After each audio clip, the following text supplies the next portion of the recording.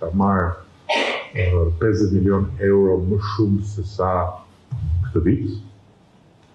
Nuk jam pak për buxhetin tonë dhe ka marrë 15 milion euro ekstra vetëm për barnat onkologjike, gjë të shumë të cilët do të shtohet me një 15 milion tjetër në mesin e vitit të ardhshëm, për të pasur një rimbursim domethënës të barnave onkologjike në shërbimin parësor dhe për të siguruar mbulirjen e barnave në gjithë sistemin onkologjik, të cilin do po e transformojmë faktikisht në mënyrë që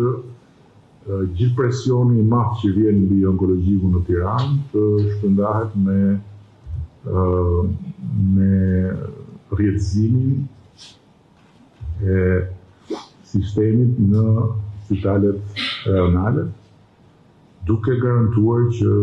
protokollet dhe gjithë mbulimi me barna të jenë garanci për pacientët në gjithë territorin. Faktikisht kemi vendosur në buxhet kapacitet domethënës për të rimbursuar 400.000 pacientë, se flasin shumë njerëzit jo po ku është shëndetësia falas, jo ku është shëndetësia falas, po faktikisht gjithë këto gjëra që ndodhin këtu janë pjesë e këtij vizioni edhe faktikisht janë krejt ndryshe nga si ndodhin në vende të tjera. Më tutje patjetër që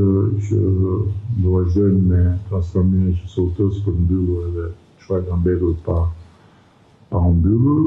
ndërkohë që ambicia është për të ngritur Institutin Kombëtar të Tumoreve dhe për të pasur një rrjet kombëtar për të adresuar këtë problem që bëhet gjithmonë më i madh, jo në Shqipëri, po kudo ku kanceri po prek gjithmonë më shumë njerëz. Ndërkohë që ju e dini tani më, por do vazhdojmë të rrisim pagat për mjekët, edhe patjetër do vazhdojmë të rrisim pagat edhe për infermierët. Nëse nuk e jeni informuar deri tani qindark për qindark, si më shef